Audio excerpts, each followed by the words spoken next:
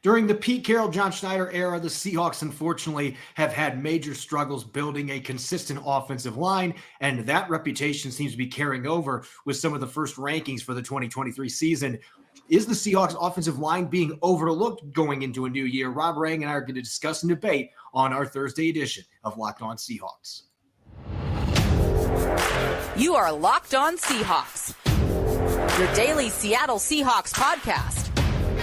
Part of the Locked On Podcast Network, your team every day.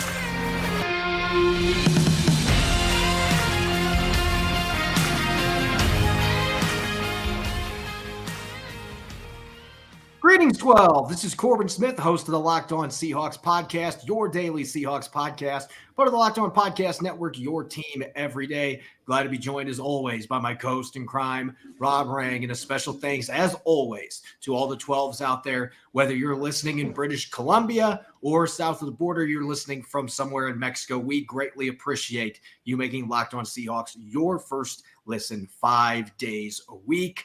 We're in the middle of the offseason now, the dead zone. We're getting started here. We had 6 weeks roughly until training camp, but we've got plenty to break down, including the state of the offensive line going into the 2023 season, what's next for Ken Walker III, and continuing our 90-player countdown with numbers 80 through 76. Jam-packed episode coming your way, so let's get to it. Now for your lead story here on our Thursday edition of Locked On Seahawks.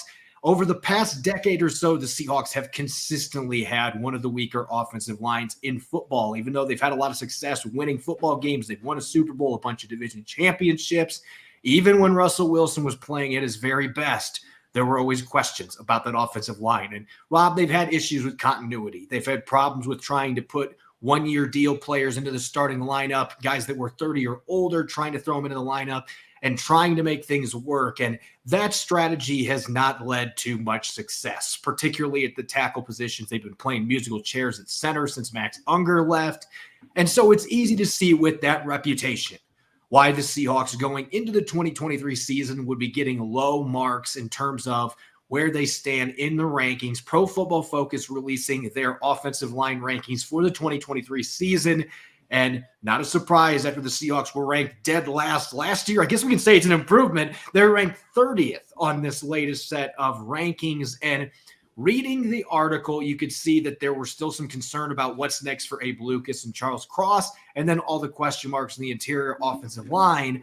And so that lends the question, is the Seahawks offensive line being overlooked? Or is this a more accurate representation of what the Seahawks have going into this season, at least based on past precedent? Well, in my opinion, Seattle's offensive line is completely being overlooked. I think that they were often overlooked during the Russell Wilson era as well. Seattle never finished dead last in the NFL in sacks allowed. The Denver Broncos did this past season with Russell Wilson, at the quarterback position. You look at the Seattle's metrics in terms of the sacks allowed, the passing yardage that they put up, the passing touchdowns that they put up, the rushing yards average, the rushing touchdowns that the Seahawks produced.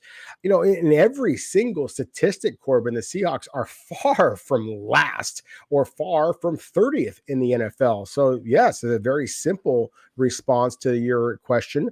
I do think that the Seahawks offensive line is being kind of criminally underrated. And I am acknowledging the fact that Seattle had the 2 rookie offensive tackles a year ago. And anybody who is watching on YouTube, thank you as always to our viewers and to our listeners. If you're watching on YouTube right now, then you can see the statistics that Pro Football Focus provided, as well as ESPN provided. And if you look at the individual grades that those 2 different analytical websites provided, then I think you can make an argument of why that these 2 websites, again, PFF and ESPN, are ranking Seattle's offensive line as poorly as they are, because they're looking at all of the individual players. But as a former offensive lineman myself, and you, of course, as a former running back, you understand that an offensive line is much more than its individual parts. It's about what the group does together. And I do believe that Seattle's offensive line was a surprising strength a year ago, certainly not dead last in the NFL. And I think that it is one of the reasons why the Seattle should be optimistic about this upcoming season as well. So this is where I stand on this. I do not think that the Seahawks are the 30th best offensive line in the NFL. So from that perspective, you could say that people are sleeping on them a little bit, but I don't know that I would rank them that much higher than that going into the season. Now, do I think they could end up being a top 15, maybe even top 10 offensive line? That's the caveat here. I think the potential, we talked about this some yesterday, I think the potential is there for this offensive line to be a very good one, especially if Abraham Lucas and Charles Cross make big jumps in their sophomore seasons. You get an upgrade at center, whether that's Evan Brown or rookie Olu Oluwatimi. And if Phil Haynes or Anthony Bradford comes in and does a solid job at right guard, I mean, Damian Lewis was probably their most consistent player last year, and now he's their elder statesman on this offensive line. So you like him at the left guard spot. It feels like this group could be really good. But those numbers, I'll put them up again for our YouTube viewers. You can see from that individual perspective. And you're right, Rob, this is a group effort when we're talking about offensive linemen. But at the same time, this chart is littered with red, meaning that either in the ESPN rankings, the player was outside the top 10, wasn't even ranked, at least what's available to the public, or in PFF grades, that means you were 33rd or worse. So you weren't one of the top 32 players in terms of grades at your position. Again, we've talked about this before. PFF grades, those are not the gospel. There's been plenty of times where guys have gotten low grades, and I've been shaking my head a little bit like, why? I watched the film. I feel like this player is much better than they're representing. But again, there's subjectivity to all these grades. When you have that many, though, that are that far down on the list, and we saw inconsistency as expected from the two rookie tackles last year. We saw inconsistency at center. Austin Blythe really struggled the second half of the season and was getting bullied. So this was an offensive line that had some issues last year. I think they were better than people expected. I think they're going to be a lot better than 30th, but there's a lot of projecting that's going on here because there isn't much to work off of in terms of experience. I mean, you could have 3 or 4 guys in this lineup, Rob, that have 1 or fewer years of experience. If Evan Brown and Phil Haynes are your starters, Brown's got more than 20 starts, so he's a seasoned veteran compared to most of the guys on this offensive line. But Phil Haynes has started 5 games in 4 seasons, so it's not like he's an experienced starter either. So we kind of hit on this a little bit yesterday, but I can understand this team being ranked fairly low just because of the numbers they posted last year, pressures, things of that nature, and just the general uncertainty. If this was a ranking based on potential, I would think Seattle should be much higher than that with the draft capital they put in and the 2 guys, young guys, they've got the 2 rookies that I think have a chance to play at some point this year at center and right guard. But again, this is projection based. And if we're just basing this off of what we know at this point, we don't know what those incoming rookies are going to do. We don't know what Evan Brown's going to do as a full-time starter if he wins that job. We don't know what Phil Haynes is going to do. We don't know what year 2 looks like for the tackles. So there's a lot of projection in this. And I think that's why it's that low. I don't necessarily agree with it being that low, but I can understand why they would be in the bottom third just based on that premise. Yeah, I can understand why they'd be in the bottom third, and I live in the world of projections, of course, as a scout. But you know, and I was skeptical about Seattle's chances a year ago. I mean, remember, I was the guy that said that I thought the Seahawks were going to finish 6-11 and far out of the playoffs a year ago. And I think a huge reason why they had the success that they had, as we talked about so many times, obviously Geno Smith, but again, those 2 rookie offensive tackles, and so maybe it's because Charles Cross and Abe Lucas had, again, the collective seasons that they had. If you want to nitpick each of those players individually, sure, they had their issues. But the fact that the Seahawks finished 10th in passing yards a year ago, 6th in passing touchdowns a year ago, you know, they finished 24th in sacks allowed, which is obviously a much more disturbing number, but still, Geno Smith's in relative starting inexperience, I think, also had something to do with that. The fact that 3 of the NFC West opponents, the Los Angeles Rams, obviously the Super Bowl defending champions at that point, the Arizona Cardinals, and the Seahawks all finished among the 10 worst teams in terms of sacks allowed. Maybe that dominant San Francisco 49ers defensive line and some guy named Aaron Donald had something to do with the NFC West being a little bit lower in terms of sacks allowed categories. That's just my theory on that. And then if you want to switch to the running the football, Seattle finished 26th in the NFL a year ago with only 12 rushing touchdowns. Again, I would argue that might be a reason why Zach Charbonnet was selected as early as he was in the second round by the Seahawks, much to the chagrin by a bunch of the naysayers out there, including a couple of PFF and ESPN rankers.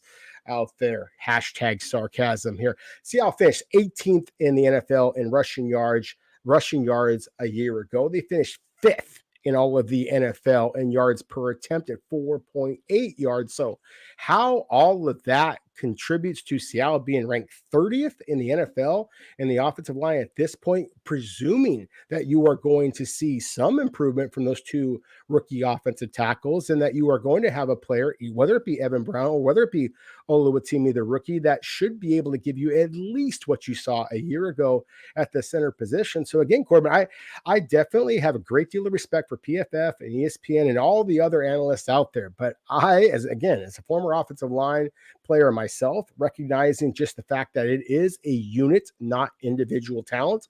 And again, as the scout that is very much going to be looking at the traits and projecting what they can do based on not only their individual talent, but what Andy Dickerson demonstrated a year ago as Seattle's offensive line coach. I feel very, very confident that Seattle's offensive line is going to wind up ranking, when it's all said and done, a heck of a lot higher than 30th in the NFL.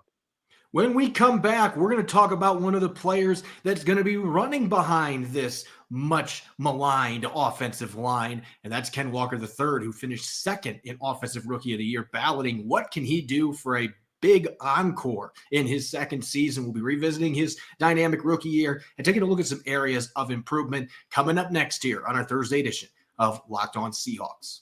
This episode is brought your way by FanDuel. The NFL season is quickly approaching, so make a sprint over to FanDuel, because right now new customers can get a no-sweat first bet up to $2,500. That's $2,500 back in bonus bets if your first bet doesn't win. Just download the FanDuel Sportsbook app. It's safe, secure, and super easy to use, and then you can bet on everything from season awards to week one props to exact regular season totals. Even with training camp still more than a month away, I'm excited to dig into things like Defensive Player of the Year, Rookie of the Year on both sides of the ball, and much more. Regardless of what prop you choose, you'll get paid instantly if you win. There's no better place to bet on all the upcoming football action than America's #1 sportsbook. Visit FanDuel.com/lockedon and get a no-sweat first bet up to $2,500. That's FanDuel.com/lockedon. FanDuel, official sports betting partner of the NFL. You're listening to an early Thursday edition of the Locked On Seahawks podcast. I'm your host, Corbin Smith. Glad to be joined, as always, by my co-host in crime, Rob Rang. And a special thanks to all the 12s out there, as always, for making Locked On Seahawks your first listen 5 days a week. We greatly appreciate it. For our everydayers out there, we're going to be playing a little bit of this or that on Blue Friday, looking at some statistical oddities, which one has a better chance to happen for the Seahawks this upcoming season. And we will be continuing our 90-man roster countdown on Blue Friday. You won't want to miss it. Make sure that you are listening in.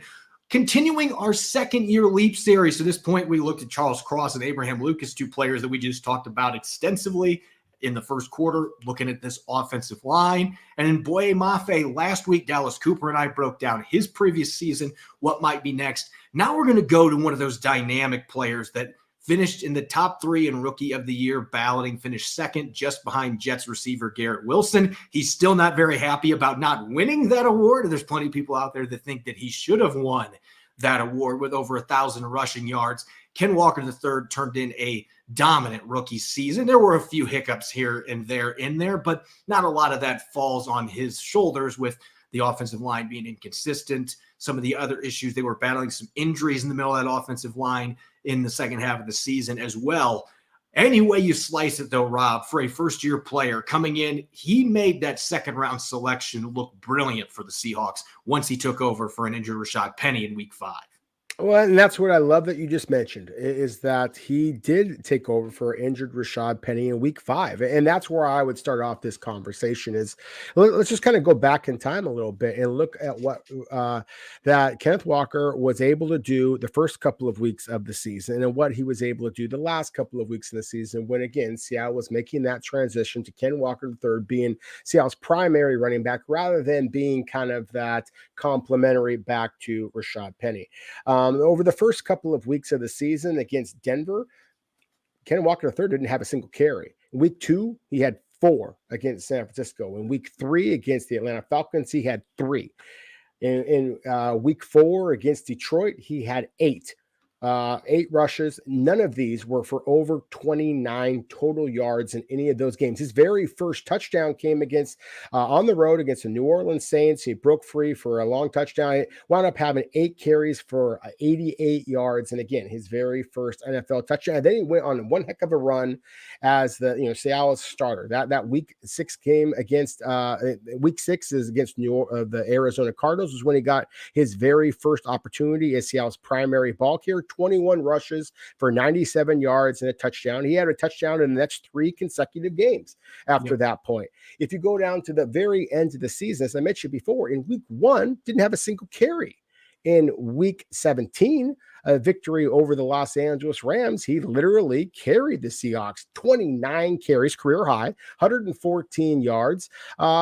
He was the primary ball carrier for Seattle as the season got going, as they wound up, earning that playoff spot. He was the rightful owner of the Offensive Rookie of the Year. Any other argument is kind of comical if you watch the entire season from where a player started to ascend and how he continued to ascend rather than what he did primarily on a few big time prime time TV kind of opportunities as what some of the other winners of the awards last year did. So again, Corbin, I think that what Kenneth Walker III was able to do for the Seahawks a year ago was very little short of remarkable. Right there, along with Geno Smith, right there, along with those offensive tackles and what they were able to do as rookies, what Tariq Woolen was able to do as a rookie last year. The reason why the Seahawks are as optimistic as they are has a lot to do with number 9.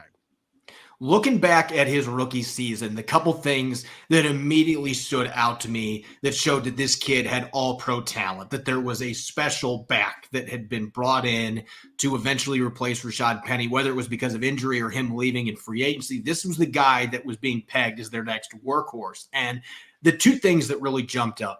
The first thing is the explosiveness and the suddenness that this kid plays with. And it's reflected in the breakaway rate. And this is how PFF ends up putting the statistic together. It's designed runs that go for 15 plus yards. There wasn't a qualified running back among the top 32 in the league last year that had a higher percentage. 45.8% of Ken Walker's runs checked off that box, 15 plus yards. That's insane. We're not talking far off from 50%. So Rashad Penny's been known for his ability to hit home runs, but Ken Walker III, they didn't miss a beat when he came into the lineup because his suddenness, his ability to turn on the afterburners and then take off, outrun linebackers, corners, safeties, and hit home runs. He had a bunch of really long runs. That long touchdown against the Saints, he had a really long one that put the knife in the Chargers on the road a few weeks later.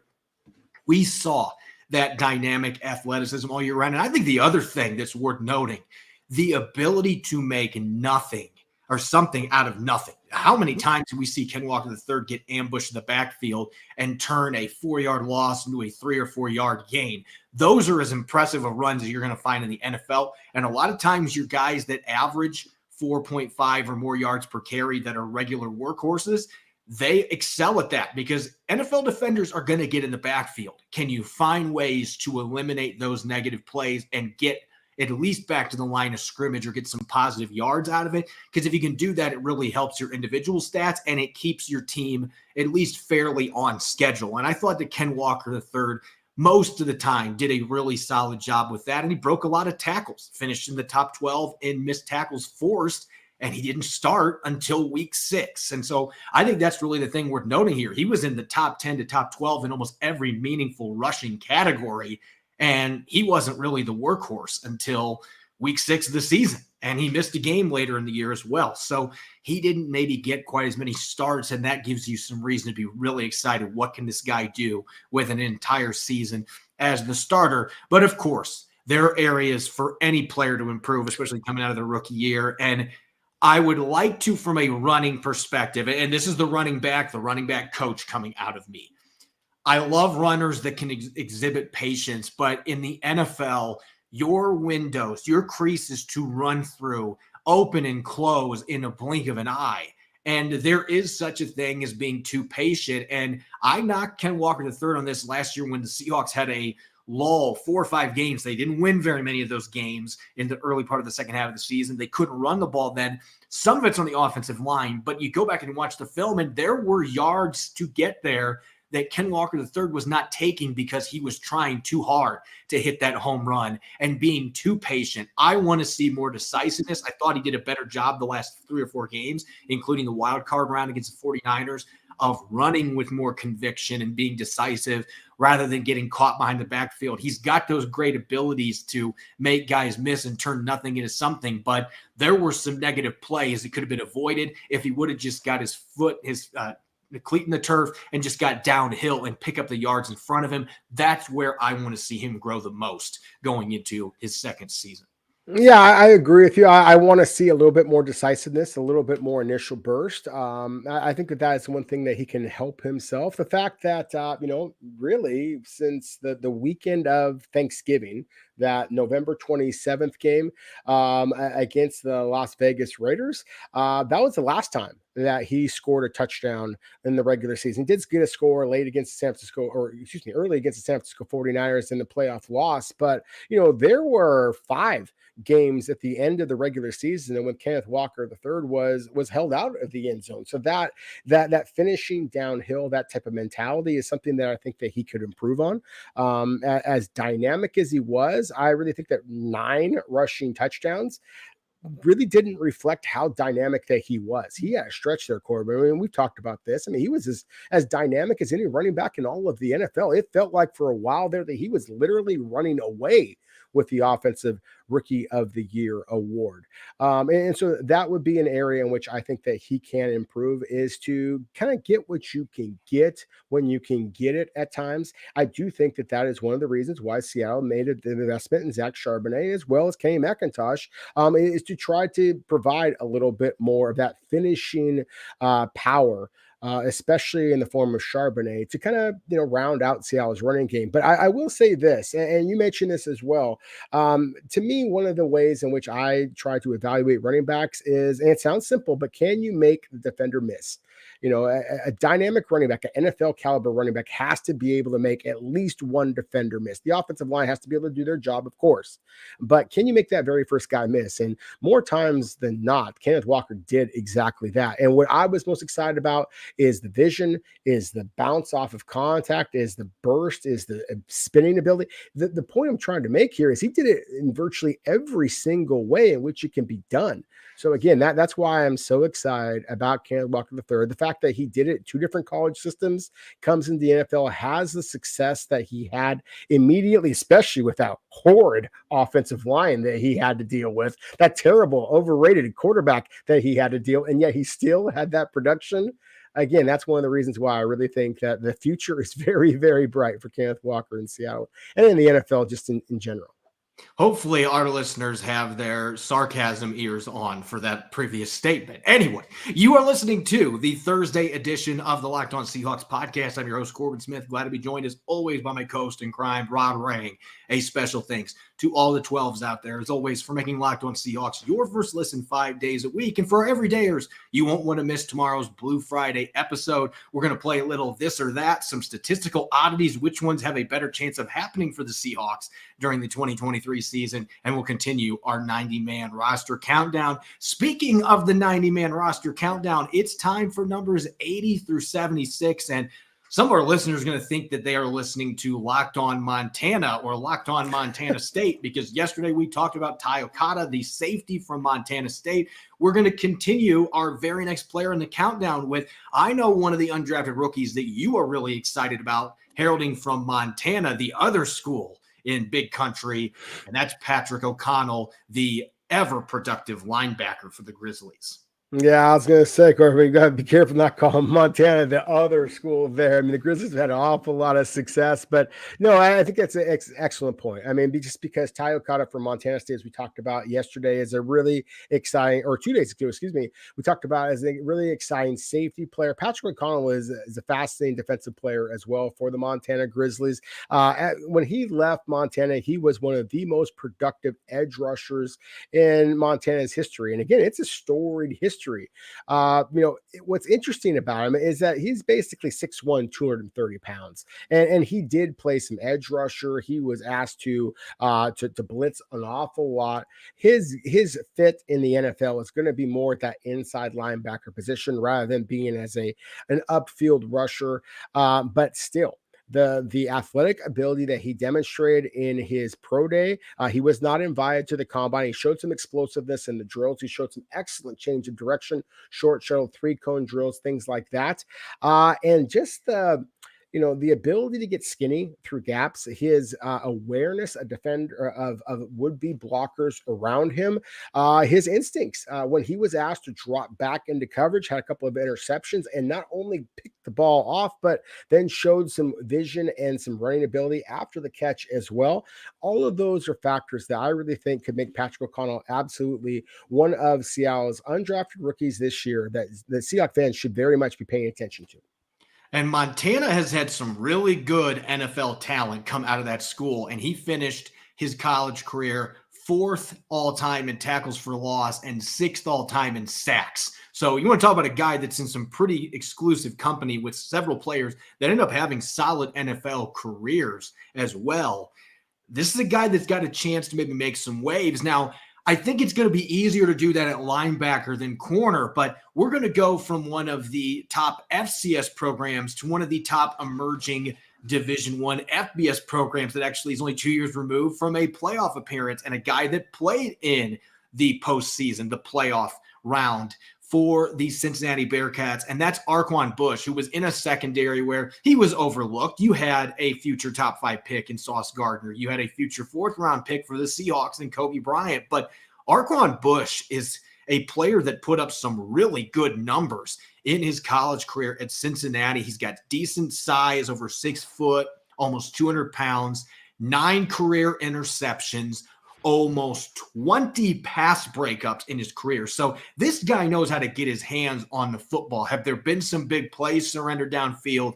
Absolutely. That would be the biggest detriment to him, is that he doesn't necessarily have elite athletic traits, and teams have been able to take advantage of him with the vertical passing game sometimes. But he can come up and tackle. He's played slot. That's where he was at when Sauce Gardner and Kobe Bryant were on the outside. He played some extensive snaps in the nickel as a fairly big-bodied corner, was able to do that for the Bearcats. And so in this position group, as we've talked about, with all the starting talent Seahawks have, it's going to be very difficult for any of these undrafted corners to be able to make this football team. But at the same time, if Bush can make some plays on special teams, I think he can solidify his standing as a guy that can play on the practice squad this year, be a call-up candidate to play on special teams when needed, and maybe a year down the road or 2 years down the road might still be a guy that's worth developing that could help replace one of these guys when they are filtered out of Seattle. So I think certainly an intriguing player to watch. Now, it wouldn't be a fun episode without talking about long snappers, and the Seahawks only have one on the roster, and he's an undrafted rookie. And I know that you and I have been chomping at the bit to get to Chris Stahl, who was actually the Patrick Manley Award winner last year, which goes to the nation's top long snapper. Part of me has always wondered, how do you pick the top long snapper? But they do it every year, and this guy has been a beacon of consistency at Penn State. He absolutely has. This shows just the sickness that I have when it comes to the NFL draft coverage. When you and I were talking on day 3, and I was lucky enough to, join the guys at, KJR Sports Radio 93.3 during the draft coverage. I kind of put together my own day 3 board, and I'm very proud to say that some of those players wound up being Seahawks. We talk so much about Cameron Young and, Anthony Bradford and guys like that heading into the draft, and lo and behold, they wound up being Seahawks. There were 3 long snappers that I really thought fit in with the Seahawks very well. Chris Stahl from Penn State, obviously that's who wound up going with the Seahawks. Matt Hembrough from Oklahoma State, Alex Ward from the University of Central Florida. Stoll, as you mentioned, was the long snapper of the year a year ago.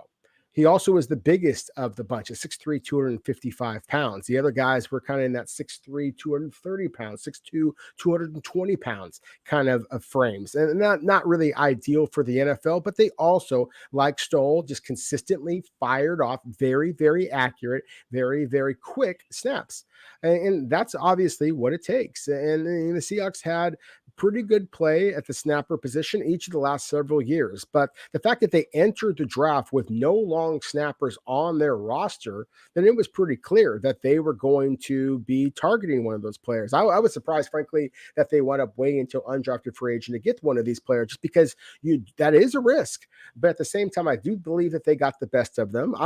Honestly, I'm surprised that we're talking about Chris Stoll at this point, because I think unless we see any type of huge mistakes from him, I read the article that you wrote here just recently on SI about what Chris Stoll could be. And I think I'm basically quoting you here by saying it's kind of his job to lose.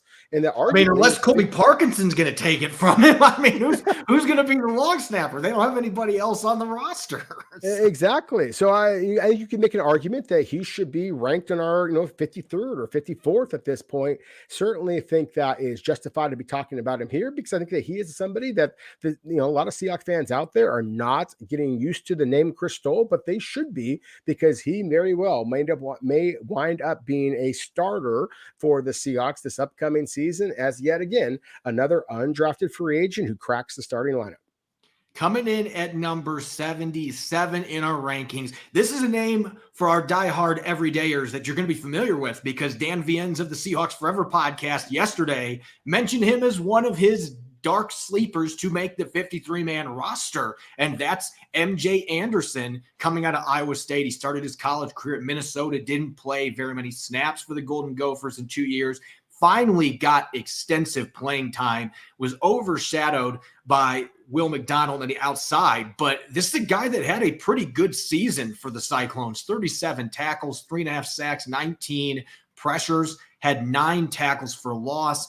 And I think the things that intrigue me about him, it's pretty similar to what Dan pointed out yesterday, that this is a guy that's 273 pounds. He plays with some physicality. I think he could probably be 285, 290 pounds and be fine. He's got average athleticism, but I think for a 3-tech, he has more than enough juice. You can see it on the tape, and there were some glimpses of pass rushing ability last year. He has not played very much football. And so I think that means there's a high ceiling here. The Seahawks clearly viewed that by giving him the largest signing bonus of any of their undrafted rookies, too. They clearly see something in him. And with the depth concerns at that 3-tech position, the defensive line in general, I could see MJ Anderson being a player that ends up being a potential threat to getting a roster spot if he is productive and he's disruptive during training camp in the preseason. And at minimum, a guy that's on the practice squad that you can develop, that maybe goes Miles Adams' route, where he ends up being a key rotational player a year or two into the future. So I think that MJ Anderson is a fun player to watch. And I know that this last guy wrapping up this countdown, I know we both want to talk about him. He was a player that Thor Nystrom on our show was raving about. Noah Gindorf, the tight end from North Dakota State. There have been injuries. That's really held him back. I think if he was healthy the last 2 years, that he is drafted at some point on day 3, but the Seahawks get him as an undrafted free agent with back-to-back seasons ended by ankle injuries. If he's healthy, which everything I'm hearing is that he's fully recovered now, this is a guy that is really intriguing as a future contributor at the tight end position.